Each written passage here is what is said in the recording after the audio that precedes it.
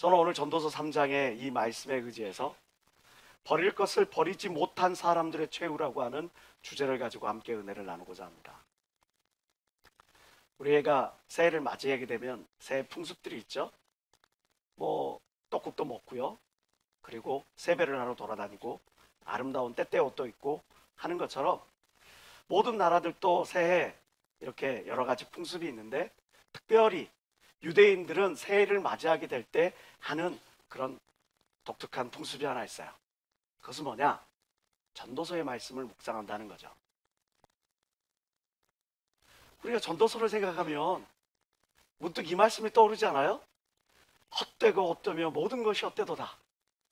어떻게 보면 염세주의적인 것 같고, 어떻게 보면 세상과 떠난 어떤 그런 내용을 담고 있는 그런 책이 전도서라고 우리는 알고 있는데, 왜 이 유대인들은 이 전도서의 말씀을 가지고 새해를 시작하는 걸까? 전도서의 말씀을 묵상하면서 새해를 시작하는 걸까? 우리가 오해하는 것이 있죠. 그것은 뭐냐? 전도서라고 하는 것은 어떤 염세주의적인 비관론자의 어떤 탄식 섞인 메시지가 아니라는 사실이에요. 솔로몬이 긴 인생의 끝자락에서 자기가 정말 어려운 가운데 이제 왕의 자리까지도 올라가고 형제들이 많이 있었음에도 불구하고 그 형제들 가운데서 왕으로 이제 발돋움해가지고 왕의 자리까지 올라가고, 그리고 거기에서 부귀영화도 누리고, 그리고 배교도 경험을 하고, 그리고 나서 인생의 말년의 끝자락에서 생각해 봤더니, 이것은 내가 잘못 살았고 이것은 내가 잘못 바라봤고 이렇게 살아가야 되는구나를 깨달은 그 말씀이라는 거죠. 그래서 전도서 12장에 그런 인생의 마지막을 이렇게 반추하고 정리를 합니다. 너는 청년의 때, 곧 곤고한 날이 이르기 전에, 죽음 앞에 서기 전에, 심판대 앞에 서기 전에, 나는 아무 낙이 없다고 할 때가 가깝기 전에 너의 창조자를 기억하라. 결국 전도서가 말하는 전도서의 핵심은 뭐냐? 그것은 하나님을 모르는, 하나님이 없는, 하나님과 함께하지 않는 모든 계획과 모든 노력과 모든 성공은 헛될 뿐이라는 사실을 전도서를 통해서 이 솔로몬은 우리에게 말씀해 주고 있는 거죠. 올 한 해 여러분은 어떤 열매를 거뒀습니까? 어떤 성취를 이뤘습니까? 올 한 해 어떤 계획을 가지고 얼마만큼의 기쁨을, 감격을, 그런 시대를 살아갔습니까? 중요한 것, 그 하나님과 함께하지 않는 것이라면, 하나님이 원하는 것이 아니고 하나님을 기억하지 아니하고 하는 그 모든 거라면 그 모든 것이 헛될 뿐이라는 사실. 전도서 3장 특별히 오늘 주제는, 오늘 우리가 읽었던 이 본문의 주제는 모든 것은 때가 있다고 이야기를 합니다. 모든 것은 때가 있어요. 날 때가 있으면 죽을 때가 있어요. 슬퍼할 때가 있으면 기쁠 때가 있어요. 뿌릴 때가 있으면 거둘 때가 있어요. 버릴 때가 있으면 또 지킬 때가 있어요. 그렇기 때문에 때를 알고 그 때에 맞게 행동하는 것이야말로 참으로 지혜로운 행동이라고 오늘 본문은 우리에게 말씀해 주고 있는 거죠.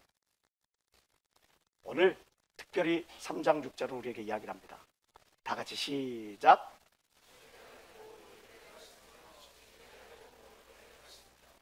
지킬 때가 있고 버릴 때가 있고, 2023년의 끝자락에서 우리는 송구영신, 옛 것을 보내고 새로운 것을 맞이하는 이 시점에서 우리가 중요한 것, 그건 뭐냐? 잘 버려야 돼. 잘 정리해야 돼. 올 한 해 나의 삶의 모든 것들을 잘 정리하고 잘 버리지 아니하면, 그러면 새로운 것을 맞이할 수가 없어. 여러분들 한번 생각해 보세요. 그릇에다가 음식을 먹고 포 담아 먹고, 그리고 나서 그것을 깨끗이 씻지도 않은 다음에 설거지도 않은 상태에서 거기에 그 말라붙어 있는 그런 음식물 찌꺼기 위에 다시 음식을 담아서 먹는다고 할 때 그게 얼마만큼 위생적이겠냔 말이에요. 얼마만큼 음식 본연의 맛을 우리가 만끽할 수가 있겠냔 말이에요. 마찬가지예요. 내 인생 올 한 해 2023년의 이 시간을 내가 제대로 정리하지 못하고 2024년을 맞이하니까 똑같은 인생에 반복되는 도돌이표 인생을 살아가게 되는 겁니다. 성경은 우리에게 교훈하고 있어요. 그것은 무엇을 교훈하냐? 버릴 것을 버리지 못한 사람들은 어떤 비극적인, 정말 어떤 비극적인 최후를 맞이했느냐. 오늘 이 시간에 하나님께서 저와 여러분에게 이 말씀을 주실 이유를 우리가 마음판에 새겨야 돼. 깨끗이 정리하고 새롭게 시작할 때 여러분들 앞에 2024년 하나님의 축복으로 온전히 여러분들이 받아 누리게 될 것 믿는 사람만 박수며 하나님께 원하시기 바랍니다. 오늘 성경에 특별히 버릴 것을 버리지 못한 사람들의 12가지 유형을 이야기해 주고 있어요. 나는 그 가운데 과연 몇 가지가 해당되는지, 올 한 해 내가 제대로 정리해야 2024년을 제대로 맞이할 수 있으니까 오늘 이 시간에 한번 나 자신에게 한번 적용해 보십시오. 첫 번째로 등장하는 인물이 바로 롯의 아내입니다. 우리가 잘 아는 것처럼 소돔과 고모라가 이렇게 하나님의 심판을 당할 때, 거기서 급히 빠져나올 때 뒤를 돌아다 봤죠. 창세기 19장은 이렇게 이야기합니다. 롯의 아내는 뒤를 돌아본 거로 소금 기둥이 되었더라. 우리가 롯의 아내를 통해서 우리가 알 수 있는 건 뭐예요? 그건 뭐냐? 잃어버린 것에 대한 미련을 내가 버리지 못하면 그것 때문에 내가 비참한 종말을 맞이하게 된다. 올 한 해 여러분들 많은 것들을 잃어버렸나요? 올 한 해 여러분들 귀한 것들을 잃어버렸나요? 어떤 사람은 잃어버린 것들이 어떻게 하다 보니까 시간을 잃어버린 사람도 있을 거고, 어떤 사람은 물질을 잃어버린 사람도 있고, 어떤 사람은 나에게 정말 귀한 기회가 왔는데 그 기회를 살리지 못한 그런 사람도 있어요. 어떤 사람은 사랑하는 사람을 떠나보낸 사람들도 있을 거죠. 이렇게 똑딱똑딱똑딱 시계의 분침 시침이 움직이는 것처럼 이렇게 흘러가는 것이, 물만 이렇게 흘러가고 시간만 흘러가는 게 아니라 나에게 주어지는 기회나 나에게 주어지는 그런 귀한 만남이나 나에게 어떤 건강이나 그 모든 것들이 그냥 스치듯 흘려버리는 경우가 있다. 중요한 것. 셰익스피어는 그의 작품 오셀로에서 이렇게 이야기를 합니다. 지나간 불행을 한탄하는 것을 새로운 불행을 초래하는 지름길이다. 내가 지나간 불행, 지나간 과거, 지나간 아픔, 지나간 상처, 지나간 애틋함, 그 미련을 버리지 못하고 과거에 붙들며 사는 순간에는 그 사람은 결코 새로운 나에게 주어지는 기회와 축복을 받아 누리지 못한다는 거예요. 전도서 3장 11절은 우리에게 이야기를 하죠. 다 같이 읽어봅시다. 시작. 그만 하나님이 모든 것을 지으시되 때를 따라 어떻게 하셨고? 여러분, 우리가 받아 누리는 것만 아름다운 것이고, 거두는 것만 아름다운 것이고, 찾는 것만 아름다운 것이고, 날 때만 아름다운 것이 아니라 우리가 죽을 때도 아름다운 것이고, 잃을 때도 아름다운 것이고, 내가 그 모든 것들을 내가 상실하는 그 모든 것들도 아름답게 하나님께서 때를 따라 지었다고 믿는 사람만 박수며 하나님께 원하시기 바랍니다. 우리가 이것을 믿을 때 미련을 포기하는 겁니다. 이거를 믿지 못하니까 과거를 꼭 붙잡고 있는 겁니다. 아픔을 꼭 붙잡고 있는 겁니다. 상처를 붙잡고 거기서 헤어나지 못하는 겁니다. 여러분, 꽉 쥔 손에 그 무엇을 움켜쥘 수가 있겠어요? 하나님께서 여러분들에게 은혜의 담비를, 새로운 기회를, 새로운 사람을 보내주시는데 내가 꽉 쥐고 있어. 과거에 어느 한 시간을, 과거에 누군가를, 과거에 잃어버렸던 그 기회를 꽉 쥐고 있는데 내가 그 어떤 하나님의 은혜를, 만남을, 기회를 맛볼 수가 있냔 말이에요. 꽉 움켜진 손은 더 이상 무언가를 거머쥘 수가 없어. 우리 지금 올 한 해 내가 혹시 잃어버린 것, 놓쳐버린 것, 내게 너무 소중했던 것, 그것 때문에 내가 전전긍긍하면서 내 마음의 문을 이렇게 꽉 쥐고 있지는 않는지 우리 스스로를 먼저 생각해 봐야 되지 않겠는 말이에요. 디모데전서 6장 17절은 우리에게 이야기합니다. 너가 이 세대의 부한자들을 명하여 마음을 높이지 말고 잘 사는 사람, 잘 나가는 사람, 그런 사람들 때문에 너 스스로 상처받지 마. 정함이 없는 재물 때문에, 그것 때문에 너가 너무 속상해하지도 마. 다 같이 시작. 오직 우리에게 모든 것을 고이 주사 누리게 하시는 하나님께 주시길 주의 이름으로 축원합니다. 하나님은 우리에게 고이 주사 부해 주실 뿐만 아니라 누리게 하실 것을 믿는 사람만 박수며 하나님께 언어하시기 바랍니다. 내가 지금 무언가를 잃었어요. 하나님께서 나에게 무언가를 깨닫게 하시려고. 지금 내가 소중한 무언가를 내가 상실해 버렸어요. 아파할 수 있어요. 당연하지. 건강을 잃었는데 아파하지 않을 수가 있어요. 분해해야지. 사랑하는 사람을 잃었는데 아파하지 않을 수 있어요. 분해해야지. 내가 기회를 잃어버렸는데, 물질을 잃어버렸는데 아파하지 않을 수 있어요. 그러죠. 분해할 수 있어요. 그러나 거기에 머물러 있지 말라고. 왜? 우리는 믿는 믿음이 분명하니까. 어떤 믿음이? 하나님은 모든 것을 고이 주사 누리게 하시는 분이기 때문에 그 믿는 사람만 박수며 하나님께 언어를 바라요. 그 믿음이 있기 때문에 우리는 버릴 수가 있는 겁니다. 무엇을? 잃어버린 것들에 대한 미련. 여러분, 지금 이 자리에 올 한 해 미련을 버리지 못하고 혹시 붙잡고 있는 영혼들이 있다면 시간을 통해서 그것을 내려놓으시길 주의 이름으로 축원합니다. 또 한 사람이 등장을 하죠. 그는 누구입니까? 바로 모세를 대적했던 이집트의 바로왕입니다. 출애굽기 7장 13절 그리고 22절 8장과 9장 여기 연거푸 똑같이 도시 하나 틀리지 않고 똑같은 표현이 등장을 합니다. 그러나 바로의 마음이 강팍하여 그들을 듣지 아니하니 여호와의 말씀과 같더라. 강팍이 아니에요. 따라서 해봅시다. 강팍. 참 어려운 말이죠. 강팍이라고 하는 이 히브리어 하자크는 꽁꽁 묶다, 또 강제하다라는 의미를 갖고 있어요. 뭘 꽁꽁 묶었을까? 신명기 15장 7절과 8절을 보면 강팍함이 뭔지를 우리가 분명히 알게 돼요. 내 하나님 여호와께서 너에게 주신 땅 어느 성읍에서든지 가난한 형제가 너와 함께 거하거든 그 가난한 형제에게 내 마음을 강팍히 하지 말며 내 손을 움켜주지 말고 반드시 너의 손을 그에게서 펴서 그 요구하는 대로 쓸 것을 넉넉히 구워주라. 우리는 여기서 강팍함이 뭔지, 무엇을 꽁꽁 묶었는지를 우리가 알 수 있게 되죠. 무엇을 묶었어요? 내 마음을. 강팍함이란 뭐다? 인색함이에요. 모세를 대적했던 이 바로는 자기에서 엄청나게 많은 노동력을 제공했던 저 이스라엘 백성들이 떠나가는 것을, 그것들을 용납할 수가 없는 거예요. 그래서 마음의 꽁끈을 꽁꽁 묶은 거예요. 강팍해진 거예요. 인색한 거예요. 우리가 2023년에 버려야 될 것 중에 하나가 이 인색함입니다. 많은 사람들이 하나님께 대해 인색합니다. 또 다른 사람에게도 인색합니다. 심지어는 자기 자신에게도 인색합니다. 자기 자신을 사랑할지도 몰라. 자기 자신을 돌볼지도 몰라.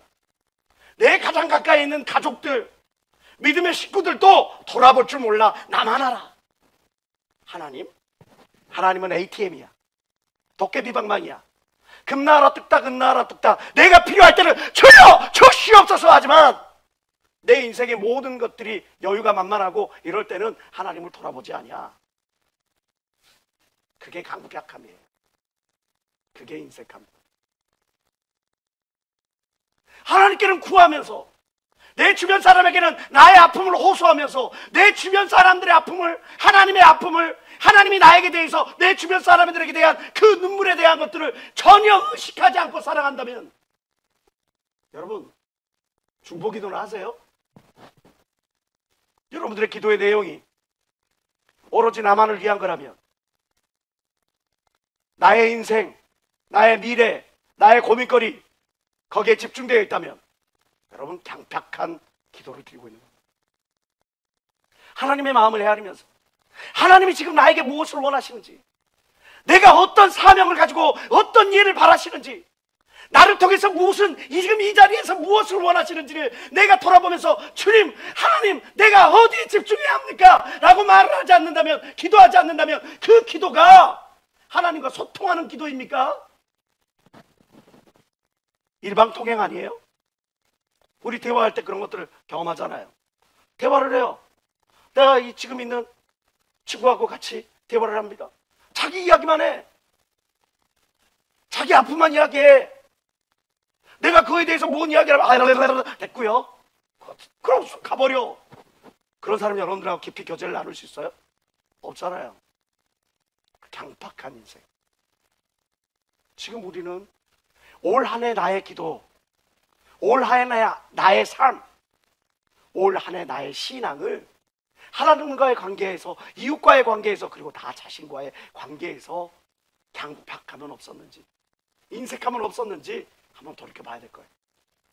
잠언 11장 24절은 말합니다. 흩어 구제하여도 더욱 부하게 되는 일이 있으나 과도히 아껴도 가난하게 될 뿐이다. 나만을 위하고 내 생각만 하고 나의 팀만 이런 사람들에게 하나님의 축복의 문이 열리지 않습니다. 여러분들이 더 큰 은혜, 더 큰 축복을 나누고자 한다면, 받아 누리고자 한다면 함께 나눌 때 하나님께서 더 누리게 하실 거 믿는 사람만 박수며 하나님께 원도하시기 바랍니다.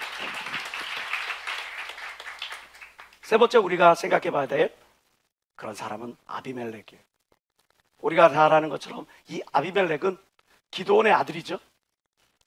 그의 형제 70명을 한 달 한시에 쳐 죽이고 스스로 왕이 된 사람입니다. 사사기서 8장 22절과 23절에는 그 모습을 이렇게 기록을 합니다. 그때 이스라엘 사람들이 기드온에게 이르되 당신이 우리를 미디안의 손에서 구원하셨으니 당신과 당신의 아들과 당신의 손자가 우리를 다스리소서. 미디안 군대, 이 군대에 맞서 싸워서 이 기드온이 300명 용사로 전쟁에서 나가서 승리를 거두게 되잖아요. 우리를 다스리소서, 왕이 되소서 하는 그런 장면이에요. 그러니까 기드온이 이야기를 합니다. 그들에게 이르되 내가 너희를 다스리지 아니하겠고 나의 아들들, 나의 후손들도 너희를 다스리지 아니할 것이요. 다 같이 시작. 여호와께서 너희를 다스리리라. 하나님이 그들을 다스리리라. 기드온은 자기의 분수를 알았어요. 하나님이 자기에게 부여한 사명을 알았어요. 하나님이 자기에게 베푸신 그 은혜를 알았어요. 그러니까 왕이 되는 것이 마땅하지 아니하고 오직 이스라엘의 왕이 되실 분은 하나님이라는 사실을 알고 있었어요. 그런데 그의 아들들 중에 아비멜렉이 나와서 이야기를 하는 거죠. 바알브립 묘에서 은 70개를 내어 그에게 주매 아비멜렉이 그것으로 방탕하고 경박한 유 건단들을 사서 자기를 쫓게 만들고 오브라 있는 그 아비의 집으로 가서 여룹바알의 아들 기드온의 아들 곧 자기 형제 70인을 한 반석 위에서 죽였으되 무엇하기 위하여? 왕이 되기 위하여. 아버지도 거절한, 전쟁 영웅도 거절한 그 자리를 아무 공로도 없는 자기 자신이 왕의 자리를 탐하여 경박한 유, 건달들, 깡패들 동원해가지고 한 자리에서 다 쳐 죽이고 그리고 나서 스스로 높여서 왕이 되었어요.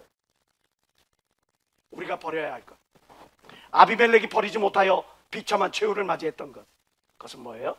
명예욕. 이 세상에서 내가 무언가를 이루고자 하는 그런 욕심. 아니 내가 이 세상에서 무언가를 이루고 내가 영향력이 있는 사람이 되는 것이 그게 뭔 문제가 됩니까? 그게 잘못입니까? 아니죠. 하나님은 우리가 영향력 있는 인물이 되기를 원해요. 저와 여러분들이 더욱더 큰 부를 이루기를 원해요.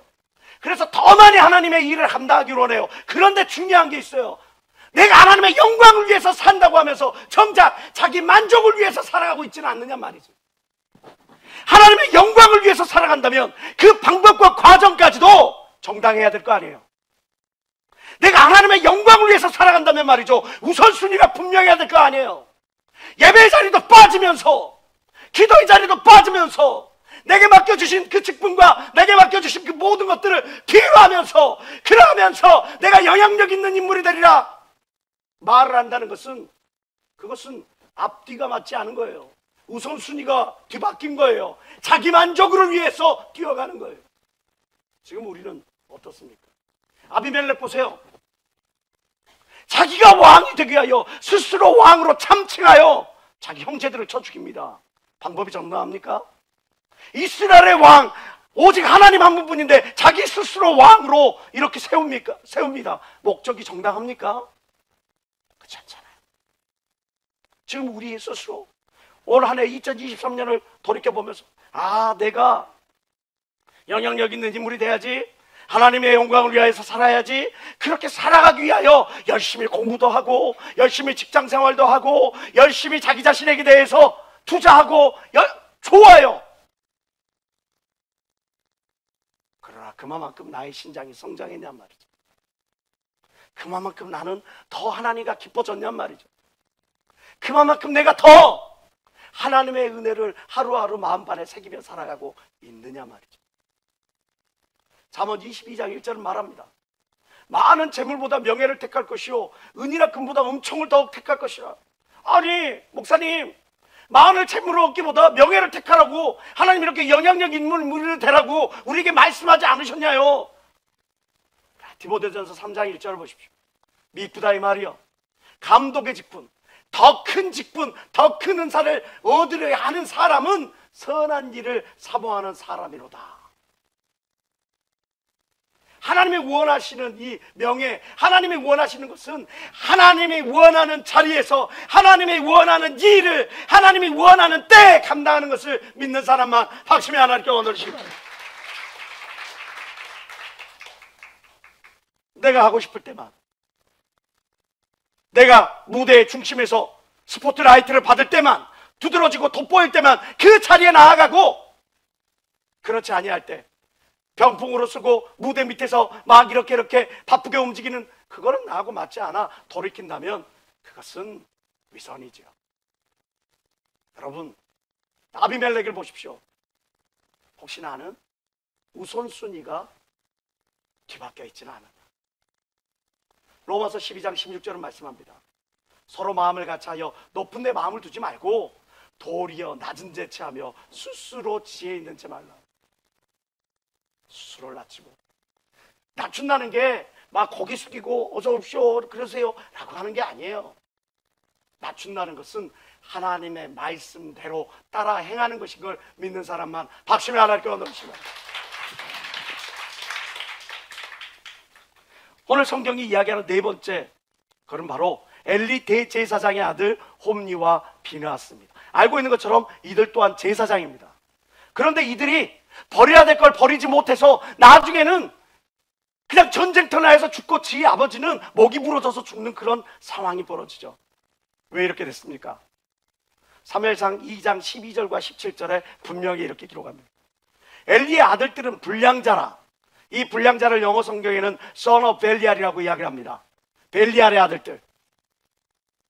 벨리알이라고 한 것은 마귀의 또 다른 이름이에요. 그런 마귀의 자식들이에요. 아니 제사장인데 마귀의 자식들이야. 심지어 제사장임에도 불구하고 여호와를 알지 아니하였더라. 여호와를 알다, 야다라고 하는 이 말은 체험하지 못했단 말이에요. 하나님의 제사장인데, 하나님의 말씀을 가르치는 사람인데 그들이 하나님을 체험하지 못해, 하나님의 음성을 듣지 못해, 하나님을 참으로 예배하지 못해, 동행하지 못해. 왜? 17절 다 같이 시작.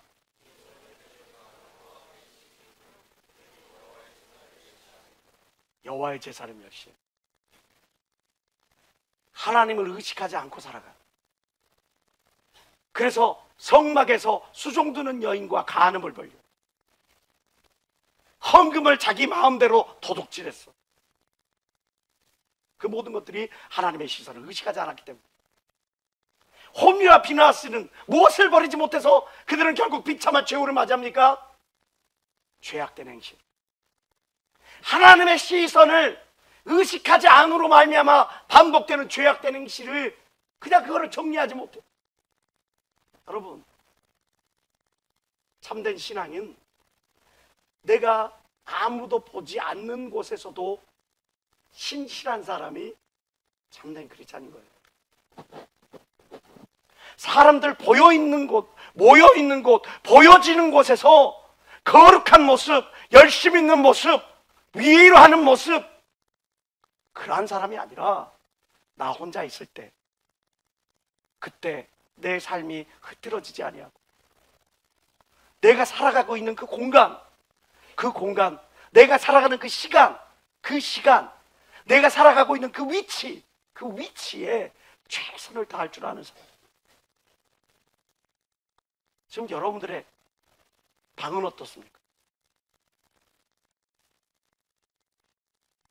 지금 여러분들 하루를 살아가는 그 시간은 어떻습니까? 아무도 보는 이유 없을 때 나는 참된 하나님의 사람인가 말할 수 있냐 말이죠. 내가 그것들에 대해서 부끄러움이 있다면 당장이 내어버리시길 주의 이름으로 축원합니다. 그것이 여러분들의 발목을 잡아 끝까지 여러분들을 부패한 곳으로 이끌어갈 것이기 때문에 그래요. 죄는 여러분들을 속박시킬 뿐이에요. 죄는 여러분들의 눈을 가리고 입을 가리고 온몸을 묶어서 꼭꼭 묶어서 어둠 가운데로 이끌어갈 뿐이에요. 하나님의 시선을 가릴 수 있는 것이 있습니까? 나 혼자 있다고 하나님의 시선을 가릴 수 있습니까? 나 혼자 방 안에 있다고 하나님의 시선을 가릴 수가 있습니까? 나 혼자 어둠 가운데 있다고 아무도 보는 이 없다고 하나님의 시선을 가릴 수가 있습니까? 없어요. 그래서 우리는 우리 가운데 하나님이 기뻐하지 아니하시는 죄악된 행실을 끌어내야 되는 거예요. 로마서 6장 23절은 이야기합니다. 죄의 싹은 사망이야. 그러나 하나님의 은사, 카리스마, 선물, 하나님이 우리에게 주신 선물, 내가 잘해서가, 내가 어떤 자격을 갖추어서가, 내가 어떤 것들이 조건을 갖추어서가 아닌 하나님의 전적인 은혜로 주어지는 이 카리스마, 이 선물로 말미암아 우리가 예수 안에서 영생을 얻는 걸 믿는 사람만 박수며 하나님께 원을 시원해요. 내가 아무 공로 없음에도 불구하고 하나님의 은혜로 영생을 얻었기 때문에 우리가 더욱 내 말과 내 행동이 하나님의 말씀에 비추어 그릇되지 않았는지를 살펴보는 그 자세가 필요합니다. 혹시 2023년에 내가 정리해야 할 죄악된 행실은 없는가? 살펴보시기 바랍니다. 다섯 번째로 우리는 이스라엘의 첫 번째 왕 사울을 살펴볼 수가 있습니다. 이스라엘의 첫 번째 왕이었던 이 사울, 우리는 이 사울을 통해서 얻을 수 있는 교훈은 뭡니까? 사울은 뭘 버리지 못했습니까? 사무엘상 16장 14절에 보니까 여호와의 신이 사울에게서 떠나고 여호와의 부리신 악신이 그를 번뇌케 한지라. 사울이 번뇌한 이유가 뭡니까? 하나님의 신이, 성령이 떠나니까 악신이 들어와서 번뇌하게 됩니다. 지금 여러분들 가운데 우울감이 있습니까? 여러분들 가운데 어떤 것들에 대해서 이루어지지 않는 어떤 것들에 대한 답답함이 있습니까? 여러분, 뭐 이런 이유 저런 이유 갖다 붙이지 마세요. 지금 성령이 여러분들에게 힘있게 내린 것이 아니라 악한 영이 여러분들을 힘있게 지배하고 있기 때문에 여러분들의 마음에 우울감이 있는 거예요. 그래서 성경은 우리에게 이야기를 한 거예요. 넌 깨어 기도하라. 처방은 그거 하나예요. 그런데 사람의 위로를 바랍니다. 그런데 내가 생각하는 어떤 것들을 원합니다. 우리나라의 의사가 몇 명인지 아세요? 5천만 명이죠. 정확한 숫자예요. 모든 사람이 의사예요. 어떤 분이 병원에 가서 처방을 받는데 갑자기 직업을 묻는데 왜? 이분이 의사거든. 진짜 의사. 짝퉁 말고 진짜 의사인데 자기를 진료해주는 그 의사가 이야기해주는 그 처방대로 따르지를 않아. 그러니까 뭐 하는 분이에요? 왜 이런 거 안 해요? 약 좀 챙겨 먹으라니까. 지금 내 마음이 성령에 충만하지 않으면, 그러면 거기에 여호와의 부르시는 악신, 악한 것이 여러분을 지배할 수밖에 없다. 그래서 우리를 번뇌게 만드는 겁니다. 성경은 계속 이야기를 하죠. 사무엘상 18장 10절과 11절. 그 이튿날 하나님의 부리신 악신이 사울에게 힘있게 내리매 뭐하니까?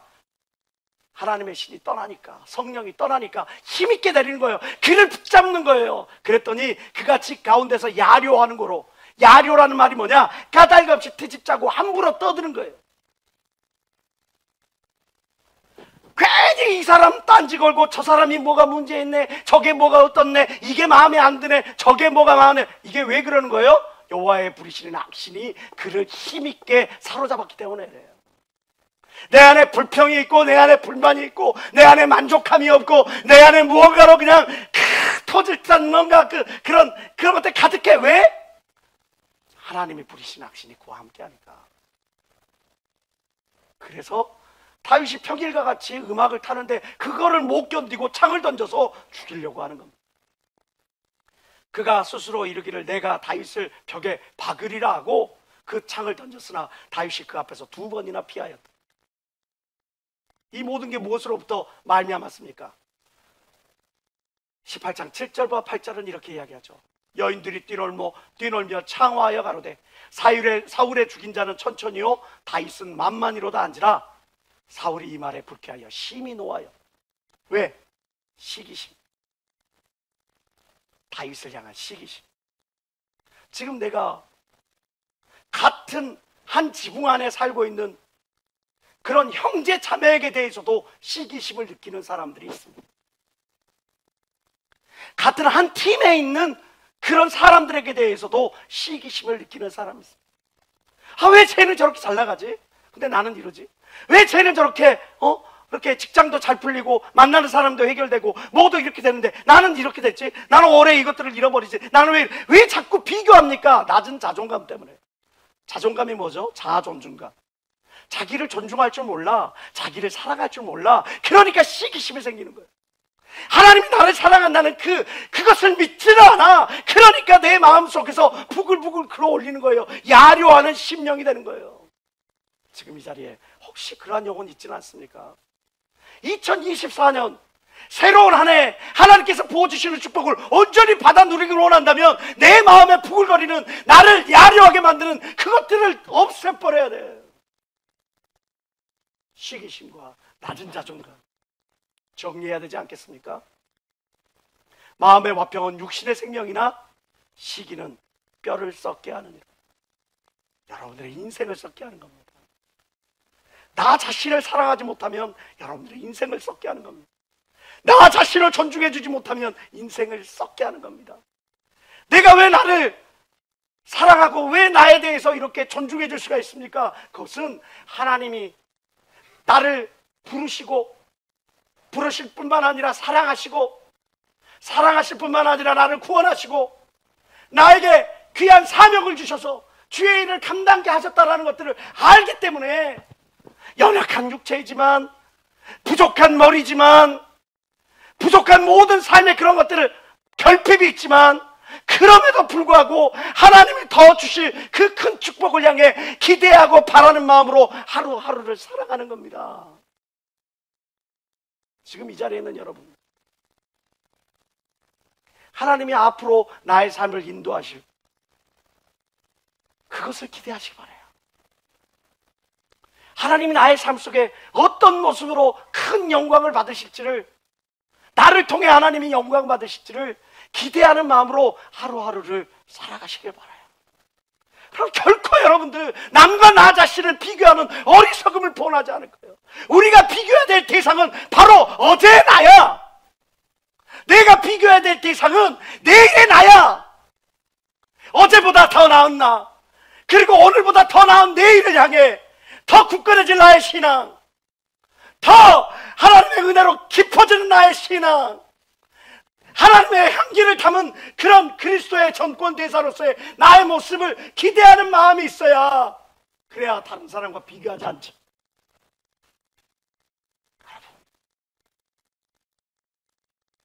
우리 마음속에 가득한 그 야려하는 마음을 이 시간을 비롯해서 깨닫고 확 뽑아버리시길 주의 이름으로 축원합니다. 이스라엘의 두 번째 왕 다윗을 통해서도 우리가 깨달을 수가 있어요. 그건 뭡니까? 그는 성군인데 다윗과 같은 자, 이 사람처럼 나의 마음에 합한다고 없다고 한 성경은 이야기를 했는데, 근데 다윗을 통해서 우리가 얻을 수 있는 게 뭐예요? 사무엘하 11장을 보면 이런 말씀이 있어요. 해가 돌아와서 왕들의 출전할 때가 되매, 이거는 문학적 표현입니다. 왕들의 출전할 때가 됐다는 말은 고대 근동지방에서 이제 봄이 되었다라는 의미로 쓰여지던 그런 문학적 표현이었어요. 봄이 되었어요. 실제로 전쟁이 벌어집니다. 다윗이 요압과 그 신복과 온 이스라엘 군대를 보내니 저희가 암몬 자손을 멸하고 라빠를 에워쌌고 다윗은 예루살렘에 그대로 있으니라. 다른 신료들은 다 전쟁터로 보내고 그는 예루살렘에 있었어요. 예루살렘에서 그가 어떤 전쟁을 준비를 하고 그리고 복음을 준비를 하고 백성들을 이끌어가기 위하여 예루살렘에 있었던 게 아니었어요. 저녁 때 다윗이 그 침장에서 일어나 게을러지고 나태해지는 거죠. 아침에서 오후가 넘어가는 그 시간 동안 밤새내 술을 먹었는지 뭐를 했는지 이리 뒤척 저리 뒤척 침상에서 이렇게 저렇게 굴러다니다가 저녁 때가 되니까 일어나서, 그리고 그 슬라브 지붕 위에, 왕국의 그 지붕 위를 거닐다가 한 여인의 벌거벗은 모습을 보고 그냥 욕심이 생겨가지고 그 여자를 취하니 바로 자기의 가장 충성된 부하 중에 하나인 우리아의 아내 바세바 아니겠습니까? 뭐 하더니 저녁 때 다윗이 그 침상에서 일어나니, 여러분, 다윗은 뭘 버리지 못했죠? 게으름을 배우리. 게으름을 버리지 못하니까 어떤 일이 벌어집니까? 그 첫 번째 아내, 이 첫 번째 아내가 이 우리아를 통해서 낳았던 첫째 아들을 잃어버리게 됩니다. 그뿐이 아니에요. 자기 암논이라고 자기의 거기 아들이 있는데 배다른 누이를 겁탈을 했어. 그럼 어떻게 해야 돼요? 빨리 그 부분에 대해서 책망을 하고 그 부분을 돌이키게 만들어줘야 될 거 아니에요. 관망해. 아무런 제재를 가하지 않아. 그러니까 그 누이의 오라비였던 압살롬이 화가 나가지고 그 암논을 죽이는 거예요. 형제지간에 살인사건이 벌어져요. 그런데 어떻게 다윗이 그대로 있는 거예요. 중지하지 않는 거예요. 가르치지 않는 거예요. 매를 들지 않는 거예요. 그러니까 어떻게 돼? 압살롬이 나중에는 반역을 일으켜가지고 처음에는 형제를 죽이더니 나중에는 민족 간의 전쟁을 벌려요. 그것 때문에 다윗이 속옷 차림으로 신발도 제대로 신지 못하고 허겁지겁 왕국에서 피난길에 오르는 수치를 당하게 된다고 성경은 이야기하지 않습니까? 무엇 때문에? 게으름 때문에. 여러분, 초기장 목사님께서 말씀하시죠. 게으름의 정의는 뭐다? 부책입니다. 부책입니다. 내게 주어지는 시간에 책임감이 없는 거예요. 내게 주어지는 물질에 책임감이 없는 거예요. 그래서 막 써요. 술 먹는 데 쓰고 즐기러 가는 데 쓰고 엉뚱한 데 죄악된 가운데 막 써요. 내게 주어지는 시간, 내게 주어지는 물질, 내게 주어지는 모든 직분과 에너지 마구 허비해버려. 올 한 해 여러분 한번 생각해 봅시다. 나는 얼마나 더 영적으로 깊어졌는지, 얼마나 하나님의 원하시는 성령의 열매를 거뒀는지, 얼마나 하나님이 기뻐하시는 그 은혜를 사모하기 위하여 예배의 장소, 기도의 장소를 사수했는지. 그러지 아니하고 흥청망청 시간을 보냈다면 2023년 마무리를 짓는 이 시간에 여러분들 그걸 버려버리시기 바라요. 그래야 2024년에 진실로 하나님이 주시는 그 축복을 여러분들이 받아 누릴 수가 있게 되는 거예요. 그래서 사람들한테 다음대 이야기할 수 있는 거예요. 하나님 나와 함께 하셨다. 하나님 나를 놓으셨다. 하나님 나를 인도하셨다. 하나님 나를 역사하셨다. 기적을 베푸셨다. 하나님 최고라고 자랑할 수 있게 된 걸 믿는 사람만 박수며 하나님께 원을 시켜라. 게으른 사람들 어떻죠? 집집마다 돌아다니면서 망령된 평론, 이 사람 이야기, 저 사람 이야기, 일만 만들어 마땅히 아니할 말을 해. 이게 게으른 사람의 특징이에요. 말 많은 사람, 뒷담화하는 사람, 험담하는 사람, 이게 게으른 사람들의 특징이에요. 거짓말하는 사람, 참소하는 사람. 지금 나는 어떠한가? 성경의 데살로니가 후서 3장 6절은 우리에게 이야기합니다. 형제들아, 우리 주 예수 그리스도의 이름으로 너희 이름 영원하노니 규모 없이 행하고 계획 없이 살아가는 사람들을, 우리에게서 받은 유전들을 행하지 아니하는 모든 형제에게서 떠나가라. 규모 없이 무계획적으로 행동하는 사람에서 떠나가라. 저는 J가 아닌데요. MBTI. 나는 즉흥. 여러분, 그런 말 하지 마세요. 난 성향이 그래서 그런 말 하지 마세요. 하나님은 천지를 창조하실 때 그냥 창조 끝 그렇게 하지 않으셨어요. 첫째 날, 둘째 날, 셋째 날, 이 모든 것들을 창조하시는 그 법칙을 보세요. 먼저 모든 하드웨어를 만드시고 그 하드웨어 가운데 거할 그런 소프트웨어들을 다 누릴 그 사람들을 다 만들어 가잖아요. 동물들을 만들어 가시잖아요. 우리는 창조의 법칙을 통해서 깨달아야 하는 줄 믿습니다. 일곱 번째로 우리가 생각해야 될, 버려야 될 그 사람은 지혜의 왕 솔로몬입니다. 솔로몬이 버리지 못한 것이 있어요. 결국 그가 어떻게 되냐면 나중에 배도의 길을 걸어가요. 우상을 섬겨요. 여러분들 알아요? 솔로몬 우상을 섬겼다는 거를? 많은 사람들이 솔로몬 하면 그것만 이야기하죠. 알을 갈라 이것밖에 생각 안 나잖아요. 둘로 쫙 해 뭐 이거밖에 생각 안 하잖아요. 그렇죠? 근데 솔로몬이 배교하고 우상을 섬겼다는 것을 우리는 기억해야 합니다. 그것이 무엇으로 말미암았습니까? 열왕기상 11장 2절부터 3절까지 이야기합니다. 여호와께서 일찍이 이 여러 국민에게 대하여 이스라엘 자손에게 말씀하시기를 너희는 저희와 이방인들과 서로 통하지 말며 저희도 너희와 서로 통하게 말라. 결혼하지 말라. 저희가 정령껏 너희의 마음을 돌이켜 저희의 신들을 좇게 하리라 하셨으나 솔로몬이 저희를 연애하였더라. 왕은 후비가 700이요 빈장이 300이라 왕비들이 왕의 마음을 돌이켰더라. 다시 보실까요? 저희가 정령껏 너의 마음을 돌이켜 이방인들의 이방의 신들을 우상 숭배하게 만들 것이냐. 근데 솔로몬이 저희들을 연애하는 마음이 더 컸어. 하나님의 말씀을 듣지 않아. 그래서 그에게 처첩이 1000명이 생긴 거예요. 그리고 그 처첩의 그 1000명이라는 처첩이 어떻게 왕의 마음을 돌이켜서 그에게 예루살렘 성 안에 우상 숭배할 수 있는 성전을 만들고 심지어는 자기가 세운 성전 안에 우상을 섬기는 제사장들과 우상의 제물들을 쌓아놓기 시작했어요. 무엇 때문에? 불신자와의 이성교제 때문에. 이 말씀 준비하면서 기도하면서 사실 많은 부담이 있습니다. 불신자와 이성교제하는 게 이게 문제가 됩니까? 잘못된 겁니까? 결론부터 말씀드릴게요. 그건 권도요 명령이 아닙니다. 권하는 것이지 명령하는 것이 아니라고요. 그러나 생각해 봐야 될 것이 있어요. 고린도후서 6장 14절은 이야기하죠. 너희는 믿지 아니하는 자와 명예를 같이 하지 말라. 의와 불법이 어찌 함께하며 빛과 어둠이 어찌 사귀냐. 많은 사람들이 이야기를 해요. 나는 아니겠지, 나는 괜찮겠지, 그렇게 생각들 합니다. 믿음도 없이 성난 파도 위를 걸으면서 나는 괜찮겠지 하는 게 맞습니까? 베드로는 성난 파도를 보고 물에 빠졌어요.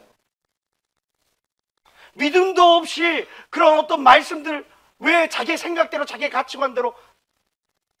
글쎄요, 저는 어제도 참 가슴 아픈 문자를 받았어요. 참 성격 좋은 형제를 만났어요.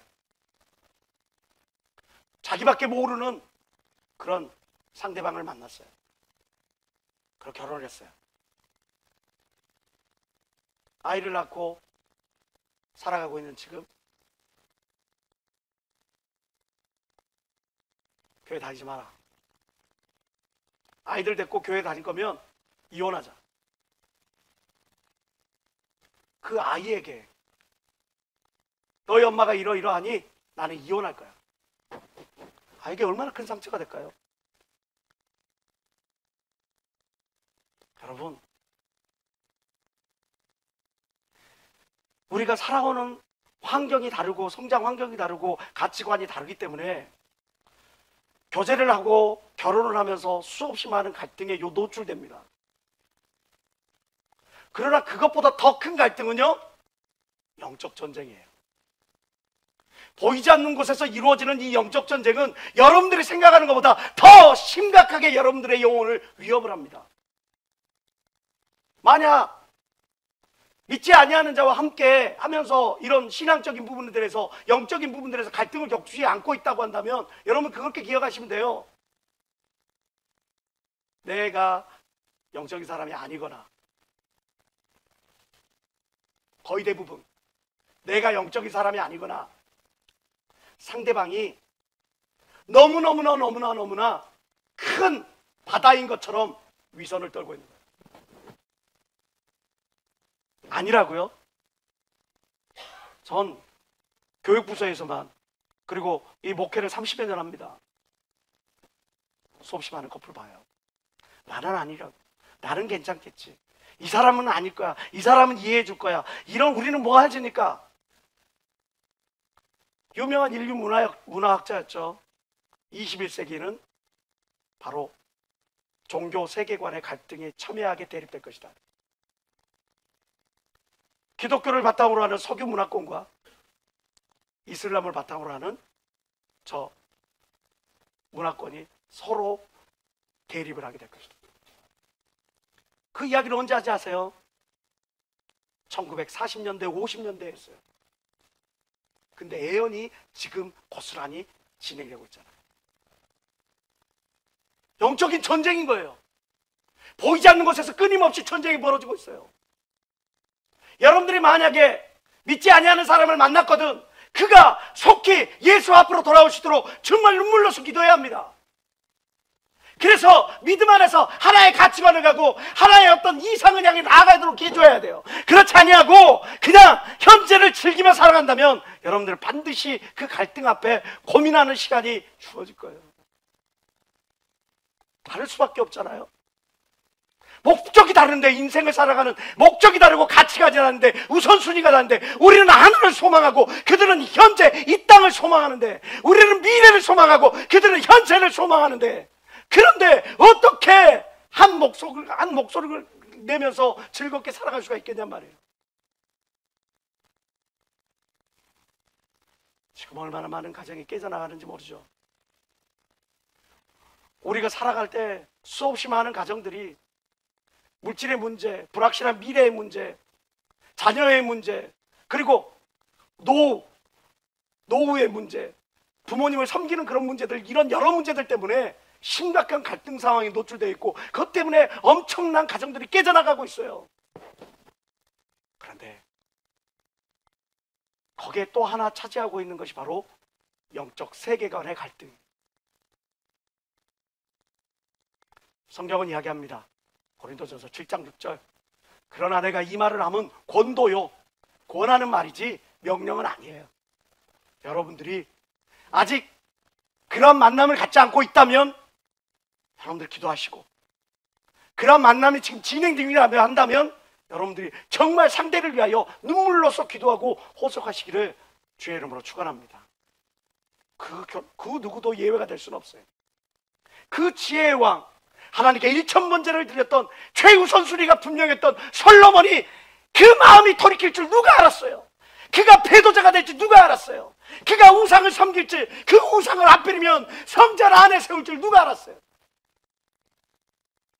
그 누구도 이 영적 전쟁에서 자유로울 수는 없습니다. 8번째로 우리가 살펴본 인물은 바로 남유다의 아주 선한 왕이었죠. 여호사밧이라고 하는 왕입니다. 그런 선한 왕이었지만 그 또한 버리지 못한 그것 때문에 비참할 최후를 맞이하게 됩니다. 역대하 20장 35절부터 37절까지의 말씀입니다.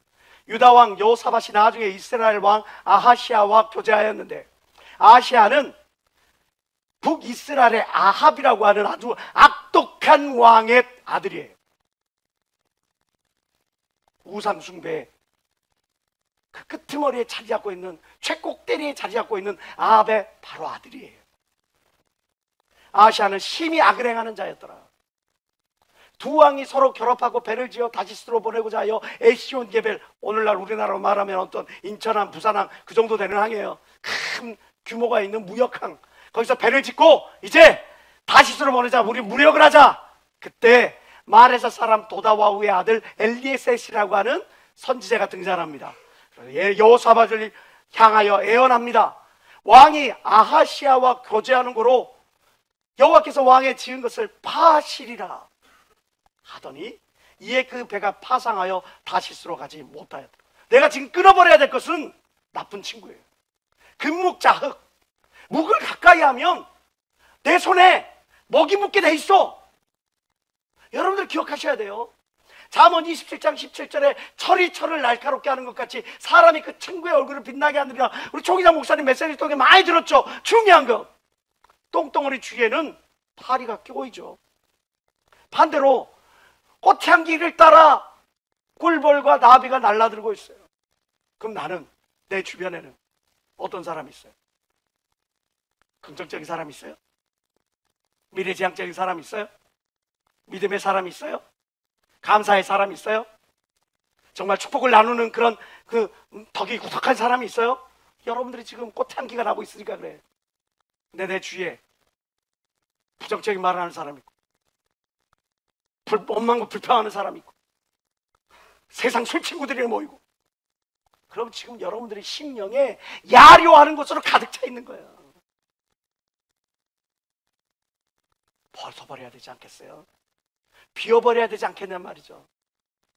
나쁜 친구가 내 주변에 있는 것을 용납하지 마세요. 부정적인 사람이 내 주변에 있는 것을 용납하지 마세요. 믿음 없는 사람이 내 주변에 있는 것을 용납하지 마세요. 지금 이 자리에 혹시 아직도 술에 취하고 방탕하고 죄악 가운데 있는 그런 것들을 즐기는 사람이 있다면 그것들을 용납하지 마세요. 여러분들의 인생을 좀먹는 거예요. 여러분, 버려야 합니다. 내 인생을 좀먹는 그런 나쁜 친구들을 비워내야 합니다. 그들을 변화시키든가 아니면 정리해버려야 합니다. 내가 완전히 성령으로 충만해질 때까지 정리해놨다가 완전히 성령 충만해져서 하나님의 은혜로 가득 차져서 그러고 나서 그들에게 구원의 밧줄을 던질 줄 아는 여러분 되시길 주의 이름으로 축원합니다. 잠언 22장 24절은 말씀하죠. 노를 품는 자와 사귀지 말며 울분한 자와 동행하지 말지니 원망 불평, 그런 사람, 혈기 가득가지고 세상 욕심 가득한 사람, 그런 사람하고 사귀지도 말고 동행하지 말라. 여러분들, 그러한 여러분들 되시길 주의 이름으로 축원합니다. 9번째, 우시야 왕이 등장하죠. 우시야 왕은 그야말로 아주 비참해요. 문둥병에 걸렸어요. 52년 동안 나라를 잘 다스렸다가 문둥병에 걸려가지고 그러고 나서 왕의 자리에서 쫓겨나서 왕들이 묻히는 무덤에도 들어가지 못해요. 왜 그랬을까요? 역대하 26장 8절에 이야기합니다. 암몬 사람이 우시야에게 조공을 바치매 우시야가 심히 강성하여 이름이 애국 변방에까지 퍼졌더라. 알다시피 고대 유명한 문명들이 있죠. 그 문명들의 대표적인 게 뭐가 있어요? 애국 문명, 그리고 메소포타미아 문명. 근데 애굽에까지 우시야의 이름이 퍼질 정도로 그가 강성해졌어. 문제가 생기는 겁니다. 저가 강성하여짐에 그 마음이 교만하여 악을 행하는 겁니다. 어떻게? 그 하나님 여호와께 범죄하되 곧 여호와의 전에 들어가서 향단에 분향하려 한지라. 제사장이 해야 할 그 일을 자기가 하려고 월권을 하기 시작해. 우시야가 손으로 향로를 잡고 분향하려 하다가 노를 방합니다. 왜? 대제사장이 믿음 있는 사람들을 80명을 가지고 데리고 가서 이 모든 일을 못하게 막는데 그가 그것들을 듣고 깨달아야 되는데, 돌이켜야 되는데 그것들을 돌이키지 않고 오히려 니들이 뭔데 나의 앞길을 막냐고 거기서 화를 발해. 그랬더니 문둥병이 어디에 바랍니까? 성경 말씀 보세요. 그 이마에 문둥병이 바란지라. 교만한 사람 머리를 쳐버리는 거예요. 그래서 그는 왕의 자리에서 쫓겨나서 열조의 무덤에도 들어가지 못하죠. 우월의식, 교만함. 나는 이런 축복을 받았으니까, 나는 이런 열매를 얻었으니까, 나는 이런 성취를 이루었으니까, 그러니까 나는 너와 달라. 우월의식. 결국은 불순종으로 이끌어가죠. 잠언 16장 18절에 교만은 배망의 선봉이요 거만한 마음은 넘어짐의 앞잡이니라 말씀합니다. 그리고 5장 23절 이렇게 이야기해서 다 같이 시작. 그는 훈계를 받지 아니함을 인하여 죽겠고 미련함이 많음을 인하여 혼미하게 되는. 왜 우리가 혼미해져? 왜 우리가 생각이 많아지고, 왜 우리가 복잡해지고, 왜 우리가 막 고민거리가 많아져? 왜? 진리의 말씀을 따르지 않으니까, 가르쳐준 대로 행동하지 않으니까, 내 생각과 내 가치관이 먼저니까. 이거 자매, 형제, 이렇게 해봅시다. 안 해요, 전 못해요, 저는 할 수 없어요. 이렇게 해봅시다. 이번에 우리가 조직 개편을 합니다. 몇 가지의 어떤 방향 설정을 가지고 조직 개편을 딱 해요. 조직 개편을 하면서 어떤 사람은 어떤 계획 가운데 그 비전을 가지고 이 팀으로 가서 헌신해 주길 원하고, 또 어떤 사람은 또 어떻게 해가지고 이렇게 되어지길 원하고 이야기를 해요. 반응들이 천양지차예요. 어떤 이는 저에게 이런 귀한 직분을 맡기셔 감사합니다 그러고 자원하면서 기쁨으로 가는 사람이 있고, 어떤 이들은 아니 결코 그렇게 될 수 없어요. 하나님의 말씀을 따르는 것이 지혜입니다. 하나님께서 하나님의 원하시는 그 자리에서 하나님의 원하시는 일을 하는 것이 진정 하나님이 기뻐하시는 일이라는 사실을 기억하시길 주의 이름으로 축원합니다. 잠언 12장 15절 다 같이 시작.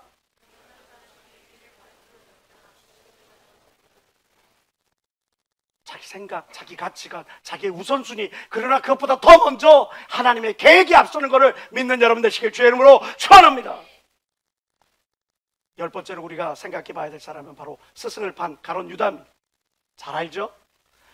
누가복음 22장은 이야기합니다. 12 중에 하나인 가롯이라 부르는 유다에게 사단이 들어가니 이에 유다가 대제사장들과 군관들에게 들어가서 예수를 넘겨주는 방책을 의논하며 사단이 들어가니까, 이것을 요한복음에서는 이렇게 이야기하고 있어요. 마귀가 벌써 시몬의 아들 가룟 유다의 마음에 예수를 팔려는 생각을 넣었더라.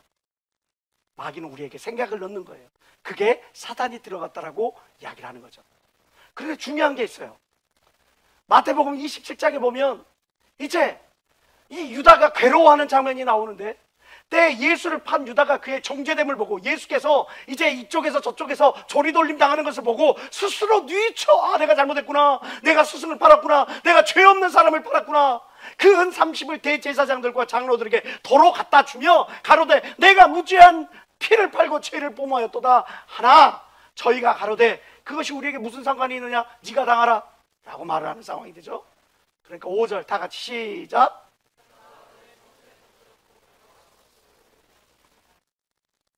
스스로 목매어 죽으죠. 우리는 유다를 통해서 깨달아야 될 교훈이 무엇입니까? 유다는 뭘 버리지 못했습니까? 죄의식을 버리지 못했어요.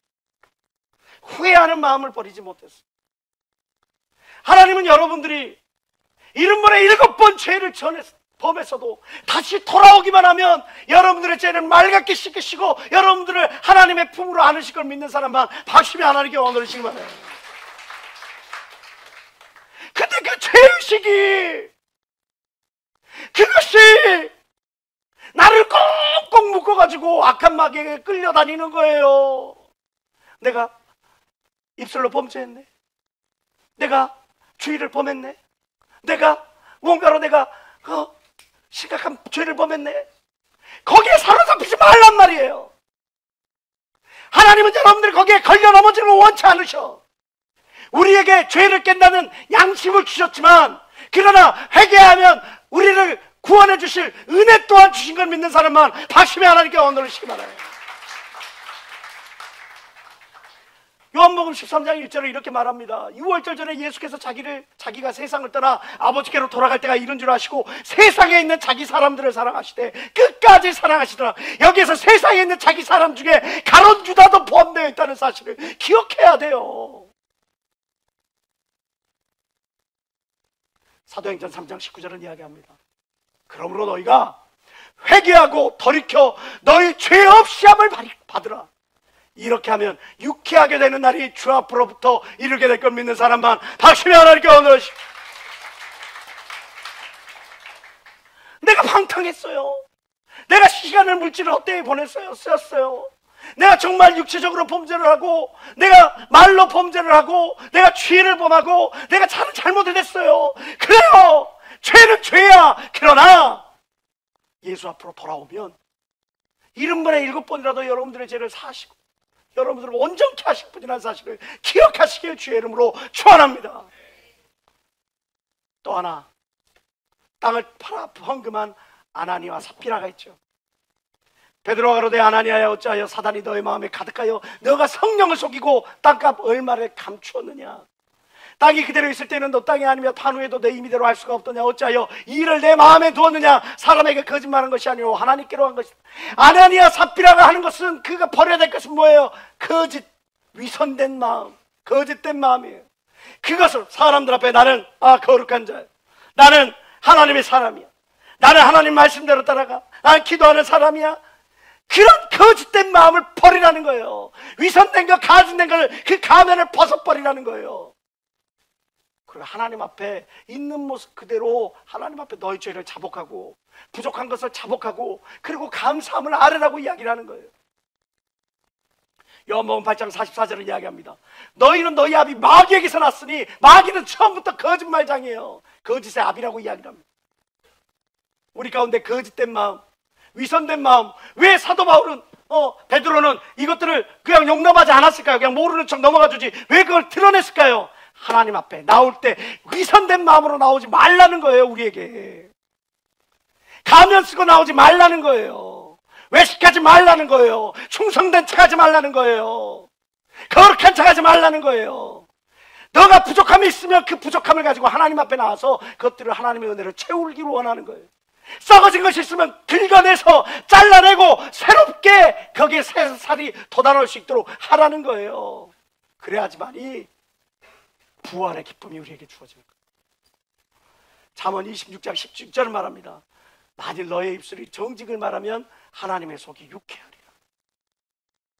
하나님 우리가 정직하기를 원하십니다. 마지막으로 로마 감옥에 바울을 수종했던 데마라는 인물이 있습니다. 바울이 로마의 감옥에 갇혔을 때 그 옆에서 수종들던 데마라는 인물이 그가 무엇을 버리지 못했기 때문에 나중에는 그가 하나님으로부터 버림당한 존재가 되었느냐. 디모데후서 4장 10절은 말합니다. 데마는 이 세상을 사랑하여 나를 버리고 데살로니가라고 하고, 이 세상을 사랑하여. 데마가 하나님으로부터 버림받은 그 이유는 세상 욕심, 세상 향락에 취했기 때문이에요. 하나님과 함께 예배하고 기도하고 이 안에서 말씀 듣고 이러한 것들보다 세상의 친구들과 어울려서 술 마시고 막 악한 짓을 벌리고 하는 그것이 더 좋아. 결국 마음으로부터 멀어지니 점점 하나님으로부터 멀어지다가 결국엔 끊어지고 마는 거예요. 고무줄이라고 하는 것은 탄성 한계라는 것이 있습니다. 느리면 한도 끝도 없이 늘어지는 게 아니라 이 늘어나는 그 탄성 한계가 봉착하게 되면 또 끊어지게 돼 있어요. 내가 하나님으로부터 좀 멀어지고 이쯤 하면 되고 적당히 하면 되고 이렇게 하면 된다고 생각을 해서 이렇게 멀어지다가는 어느 한순간 세상을 사랑하여 세상으로 나가는 저 데마와 같은 인생을 살아가게 될 거라는 거죠.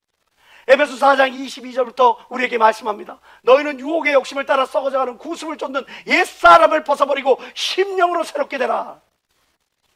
옛사람, 낡은 인간성이라고 이야기를 합니다. 낡은 가치관이라고 이야기합니다. 구습, 지난날의 생활 방식이라고 이야기를 합니다. 우리가 지난날에는 이것이 최우선순위였어. 돈이 최우선순위고 사람들 앞에 내보일 수 있는 어떤 명함에 박혀있는 그 무엇이 직함이 나에게 최우선순위였어. 근데 그거보다 이제 더 귀하고 더 값진 것이 무엇이라는 사실을 알게 되었어. 그렇게 나는 그 삶을 살아가기를 원해.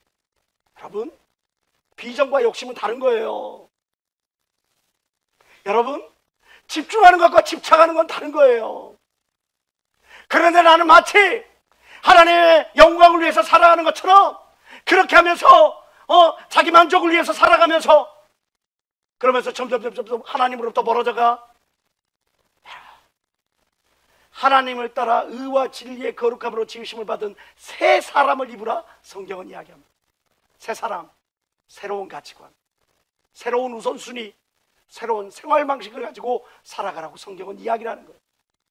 지금 내가 예수 안에 왔으면 내가 가장 우선 추구해야 될 우선순위가 뭘까? 내가 예수의 사람, 새 사람을 입었으면 내가 무엇을 위해 나아가야 될까? 세상 사람들과는 달라야 될 거 아니에요. 오늘 우리가 버려야 될 12가지 주제들에 대해서 성경을 쭉 이야기를 합니다. 아직까지 내가 과거에 대한 미련을 갖고 있는지, 강팍함, 인색함을 갖고 있지는 않는지, 하나님께 영광이라고 하는 허울로 나의 만족을 추구하는 명예욕에 사로잡히지는 않았는지, 불신앙의 기반으로 한 악한 행실을 갖고 있지는 않는지, 현저하게 낮아진 자존감 때문에 그것 때문에 누군가를 끊임없이 비교하는 시기심을 갖고 있지는 않는지, 게으름을 피우고 있지는 않는지, 불신자와의 이성교제를 계속하면서 그것들에 대해서 아무런 거리낌이 없는지, 나쁜 친구를 내 주변에 두고 있지는 않는지, 우월의식을 가지고 상대방을 막 무시하지는 않았는지, 회개하고 돌이켜야 될 죄의식 가운데서 결국은 엉뚱한 선택을 하고 있지는 않는지, 거짓됨과 위선됨을 가지고 내가 오늘 하루를 가증하게 살아가고 있지는 않은지, 하나님 사랑하는 것보다 세상 양락을 더욱 사랑하고 있지 않은지, 우리가 2023년에 이러한 삶들을 정리하고 포기하고 버려보지 않는다면, 여러분들의 그릇을 깨끗하게 닦지 않는다면 2024년에 하나님이 부어주신 그 축복이 온전히 여러분들이 누릴 수 있지 못하게 될 거예요. 바로 지금입니다. 옛 계약, 마귀로부터 맺어진 계약, 죄의 계약 찢어버려야 합니다. 구속과 단절하시길 주의 이름으로 축원합니다. 남경필 전 경기도지사의 간증을 들었습니다. 이 사람이 예일대 경제학 석사, 불과 33살에 국회의원에 당선됐어요. 15대부터 19대까지 무려 5선의 국회의원, 그리고 34대 전 경기도지사. 사람들은 보수 정권의 잠룡이다 그래가지고 이 사람이 향후 대통령이 될 것이다, 많은 사람들이 기대를 하고 박수를 보냈어요. 그런데 어느 날 스캔들이 터지는 겁니다. 그의 아들이 군대에 들어갔는데 군 복무 중에 그 동료 병사들을 폭행하고 성적으로 희롱했다 그래가지고 문제가 발생한 거예요. 거기서 끝난 게 아니에요. 그렇게 속썩이던 그 아이들이 나중에는 마약까지 손을 댔어요. 마약에 취했어요. 마약 사범이 됐어요. 이 스캔들이 터지자 35대 경기도지사 선거에서 그것들로 인해서 결국은 선거에서 지고 말았어. 기도를 하는데 하나님이 원하시는 길이 이 길이 아니구나. 자기의 잘못도 아니야. 이미 다 큰 성인이야, 아들은. 근데 그럼에도 불구하고 정치를 포기하고 하나님께서 자기에게 원하시는 그곳으로 나아가는 거예요. 자기 아버지도 국회의원이었어요. 자기도 국회의원이었어요. 대권을 꿈꾸던 그런 비전을 갖고 있었던 사람인데 자기의 모든 비전, 자기의 모든 생각, 그것들을 버리고 하나님이 원하는 그 길로 나아가기 시작하는 거예요. 영상 한번 보실까요? 네가 3년 동안 별짓 다 해봤지? 뭐 전문가도 만나보고 뭐 기도원에도 보내보고 다 만나봤지? 안 되지? 이거 네가 할 수 있는 일이 아니야. 이거는 나한테 맡겨. 근데 딱 제가 하나님한테 그걸 딱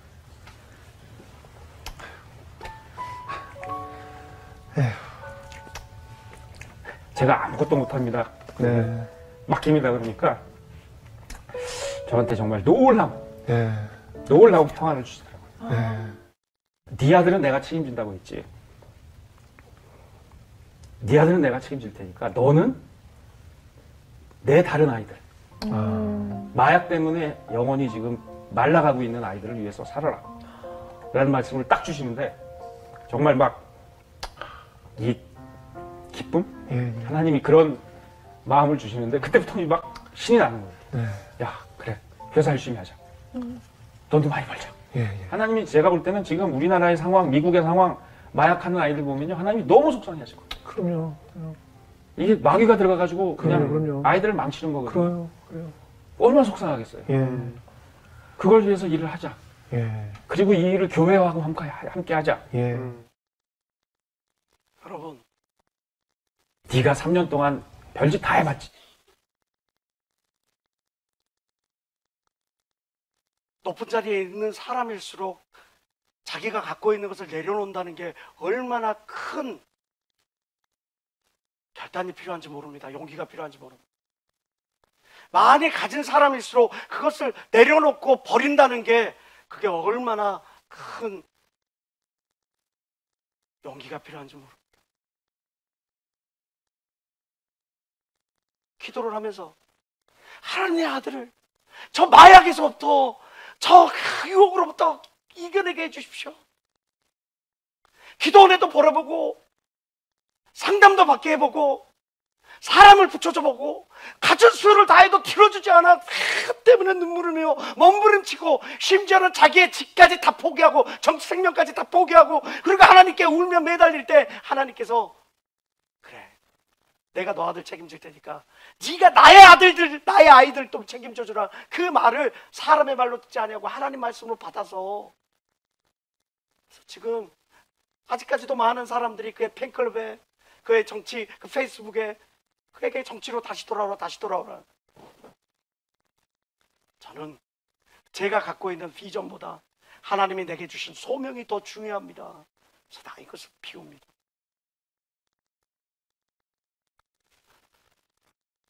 내가 하나님을 위한다는 마음에 그러면서 정말 내가 하나님을 위하는 삶을 살아가느냐 말이지. 내가 하나님의 영광을 위해서 살아간다고 말을 하면서 찬양하면서 정말 여러분들의 시간과 여러분들의 물질과 여러분들의 모든 것들이 하나님의 포커스를 맞추고 있냔 말이지. 하나님이 나에게 원하시는 위치, 하나님이 내게 원하시는 그것에 대해서는 들으려고 생각지 아니하고 하나님의 음성을 들으려고 생각지 아니하고 내 마음에 움직이는 대로 내 생각대로 살아가고 있지는 않냔 말이에요. 토기장이가 토기를 만듭니다. 그 토기를 만드는 것은 그 쓸모가 있기 때문에 토기를 만드는 겁니다. 우리는 하나님의 뜻, 하나님의 의지, 하나님의 계획을 담는 그릇이 되어야 돼. 내 생각, 나의 가치관, 나의 뜻을 담는 그릇이 되면 안 돼. 그런데 난 지금 어떻게 하고 있습니까? 비우지 못한 그릇은 거기에 더 이상 담을 수가 없는 거예요. 하나님의 뜻, 하나님의 의지, 하나님의 계획을 담을 수가 없는 거예요. 2024년에 저는 정말 소망합니다. 우리 예수중심교회 청년부, 저와 여러분이 하나님이 기뻐하시는 그 일에 집중하여 하나님이 우리를 보며 그 기쁨을 감당치 못하는 그 역사가 저 하늘에서 축제가 벌어지는, 이 땅에서 페스티벌이 벌어지는 그런 놀라운 역사가 있기를 소망합니다. 저는 소망합니다. 여러분들 각자의 삶에서 여러분들 맡겨진 그 직분에 충성함으로 하나님이 여러분들에게 복 주시고자, 여러분을 도우시고자, 여러분들을 힘있게 하시고자 어찌할 줄 모르는 엉대를 들썩들썩 하시는 열려있는 하나님의 열렬한 전폭적인 축복이 여러분들에게 주어지기를 소망합니다. 그러기 위해서는 비워야 합니다. 가인 어월 이구 익자, 물에 빠지는 사람을 구원하기 위하여 저 멀리 딴 나라에 있는 사람을 데려다가 그 사람을 구원하는 게 맞습니까?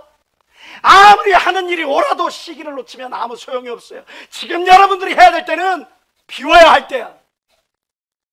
내 안에 가득 차 있는 모든 하나님 앞에 부끄러운 모든 것들을 비워야 할 때예요. 그리고 채워야 할 때예요. 하나님께서 내게 명령하시는 그 은혜와 비전을 채워야 할 때입니다. 오늘 성경에 등장하는 버리지 못한 사람들의 최후를 기억하시길 주의 이름으로 축원합니다. 새해를 맞기에 앞서서 내가 정말 버려야 될 것이 무엇일지 오늘 이 시간에 기도하면서 정리해 나가실 주의 이름으로 축원합니다. 주여 삼차 동서로 기도합니다. 주여